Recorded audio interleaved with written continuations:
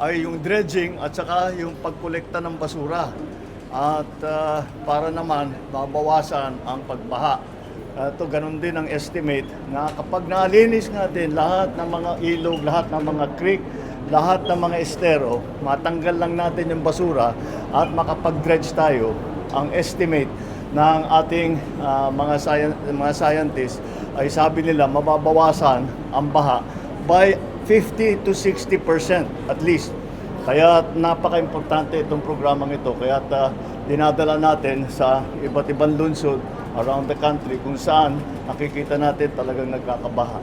Ito naman, nandito naman tayo para tingnan itong ating bagong terminal.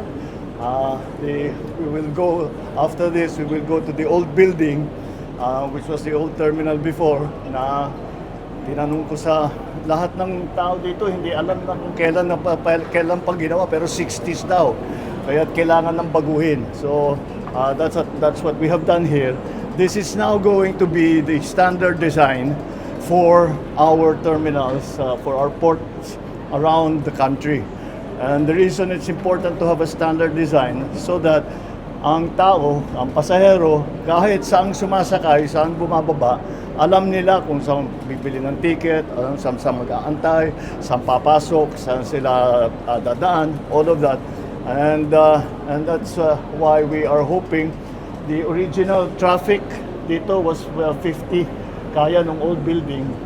Yung old building kaya mag-process ng 50 passengers at any one time. Ngayon, ang capacity ngayon nito is 500 passengers.